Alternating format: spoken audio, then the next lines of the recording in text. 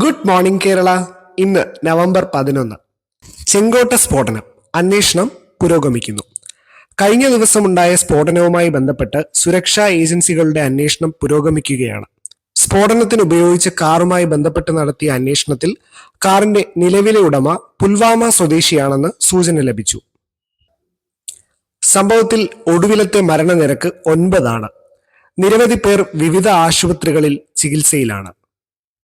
സ്ഫോടനം നടന്ന സാഹചര്യത്തിൽ രാജ്യത്ത് അതീവ ജാഗ്രത നിലനിൽക്കുന്നു. ഇന്ന് ദേശീയ വിദ്യാഭ്യാസ ദിനം. ഇന്ത്യയുടെ ആദ്യത്തെ വിദ്യാഭ്യാസ മന്ത്രിയായിരുന്ന മൗലാന അബുൽ കലാം ആസാദിന്റെ ജന്മവാർഷികത്തോടനുബന്ധിച്ച് രാജ്യം ഇന്ന് ദേശീയ വിദ്യാഭ്യാസ ദിനം ആഘോഷിക്കുന്നു.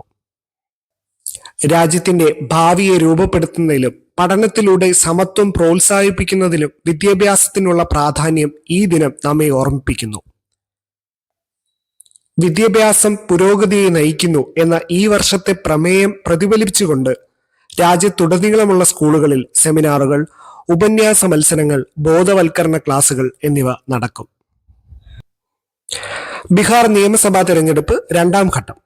3.7 കോടി വോട്ടർമാർ ഇന്ന് വിധി എഴുതുന്നു. ബീഹാർ നിയമസഭാ തെരഞ്ഞെടുപ്പിന്റെ 2ാം അന്തിമവുമായ ഘട്ട വോട്ടെടുപ്പ് ഇന്ന് പുരോഗമിക്കുന്നു. 122 നിയമസഭാ മണ്ഡലങ്ങളിലായി 1302 സ്ഥാനാർത്ഥികളാണ് ജനവിധി തേടുന്നത്. ഭരണ പ്രതിപക്ഷ സഖ്യങ്ങൾക്ക് നിർണായകമായ ഒരു ഉയർന്ന പോരാട്ടമാണ് ഈ ഘട്ടം. 3.7 കോടിയിലധികം വോട്ടർമാർ തങ്ങളുടെ സമ്മതിദാനം രേഖപ്പെടുത്തുന്ന ഈ തിരഞ്ഞെടുപ്പ് ഫലം ദേശീയ തിരഞ്ഞെടുപ്പുകൾക്ക് മുന്നോടിയായുള്ള പ്രാദേശിക രാഷ്ട്രീയ പ്രവണതകളുടെ സൂചനയായി കണക്കാക്കപ്പെടുന്നതിനാൽ പ്രമുഖ മന്ത്രിമാരും പാർട്ടി മാറിയവരും ഉൾപ്പെടെയുള്ള സ്ഥാനാർത്ഥികളിൽ ശ്രദ്ധ കേന്ദ്രീകരിക്കുന്നു. തദ്ദേശ തിരഞ്ഞെടുപ്പ് ഡിസംബറിൽ 2 ഘട്ടങ്ങളിലായി നടക്കും. കേരളത്തിലെ തദ്ദേശ സ്വയംഭരണ സ്ഥാപനങ്ങളിലേക്കുള്ള തിരഞ്ഞെടുപ്പ് ഈ ഡിസംബറിൽ 2 ഘട്ടങ്ങളിലായി നടക്കും. ഡിസംബർ 9, 11 തീയതികളിലായാണ് പോളിംഗ്. വോട്ടെണ്ണൽ ഡിസംബർ 13 നടക്കും. തിരഞ്ഞെടുപ്പ് കമ്മീഷൻ പ്രഖ്യാപിച്ചതനുസരിച്ച് നാമനിർദ്ദേശ പത്രിക സമർപ്പിക്കാനുള്ള അവസാന തീയതി നവംബർ 21. പത്രികകളുടെ സൂക്ഷ്മ പരിശോധന നവംബർ 22 പത്രിക പിൻവലിക്കാനുള്ള അവസാന തീയതി നവംബർ 24 സംസ്ഥാനത്തുടനീളമുള്ള 1199 തദ്ദേശ സ്ഥാപനങ്ങളിലേക്കാണ് തിരഞ്ഞെടുപ്പ് നടക്കുന്നത്. ഡൽഹി NCRലും ഉത്തരേന്ത്യയിലും ശീതതരംഗ മുന്നറിയിപ്പ് നൽകി IMD. ഡൽഹി, ഹരിയാന, ഉത്തർപ്രദേശ്, മറ്റ് അയൽ സംസ്ഥാനങ്ങൾ എന്നിവിടങ്ങളിൽ നവംബർ 10 മുതൽ 12 വരെ ശീതതരംഗത്തിന് സാധ്യതയുണ്ടെന്ന് കേന്ദ്ര കാലാവസ്ഥാ വകുപ്പ് IMD മുന്നറിയിപ്പ് നൽകി. താപനില കുത്തനെ കുറയുന്ന ഈ സാഹചര്യം തലസ്ഥാനത്തെ വായു ഗുണനിലവാര പ്രശ്നങ്ങളുമായി ചേരുമ്പോൾ ആശങ്ക വർദ്ധിപ്പിക്കുന്നുണ്ട്. അറ്റകുറ്റപ്പണിക്കായി ഇടുക്കി ജലവൈദ്യുതി പദ്ധതി അടച്ചു.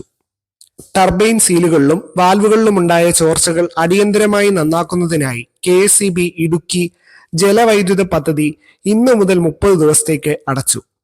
അറ്റകുറ്റപ്പണി നടക്കുന്ന ഈ കാലയളവിൽ വൈദ്യുതി ക്ഷാമം ഉണ്ടാകാതിരിക്കാൻ പഞ്ചാബ്, ഛത്തീസ്ഗഡ് എന്നിവിടങ്ങളിൽ നിന്ന് വൈദ്യുതി എത്തിക്കുമെന്ന് KSEB അറിയിച്ചു.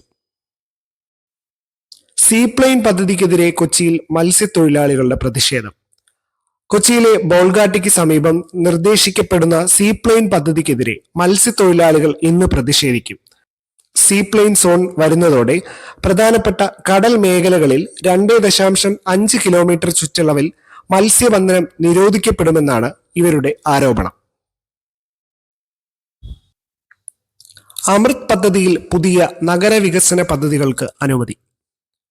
അമൃത് സംസ്ഥാന സ്റ്റിയറിംഗ് കമ്മിറ്റി പുതിയ നഗരവികസന പദ്ധതികൾക്ക് അംഗീകാരം നൽകി.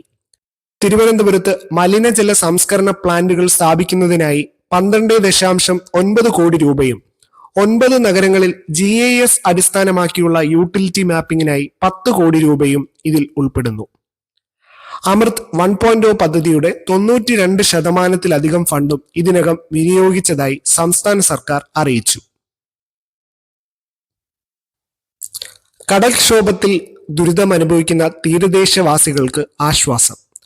സമീപകാലത്തുണ്ടായ കടൽക്ഷോഭവും ഉയർന്ന തിരമാലകളും മൂലം ദുരിതമനുഭവിക്കുന്ന കുടുംബങ്ങൾക്ക് ദുരന്ത നിവാരണ ഫണ്ട് വിതരണം ചെയ്യാൻ തിരുവനന്തപുരത്ത് അധികൃതർ ആരംഭിച്ചു. തുമ്പയിൽ സംരക്ഷണ ഭിത്തി നിർമ്മിക്കാൻ 7 ലക്ഷം രൂപയും കുളത്തൂരിൽ റോഡ് അറ്റകുറ്റപ്പണികൾക്കായി 4 ലക്ഷം രൂപയും അനുവദിച്ചു. മത്സ്യത്തൊഴിലാളി കുടുംബങ്ങൾക്കുള്ള പുനരധിവാസ ഇൻഷുറൻസ് സഹായങ്ങൾ വേഗത്തിലാക്കുമെന്നും അധികൃതർ അറിയിച്ചു. വാർത്ത തുടരും. Signing off.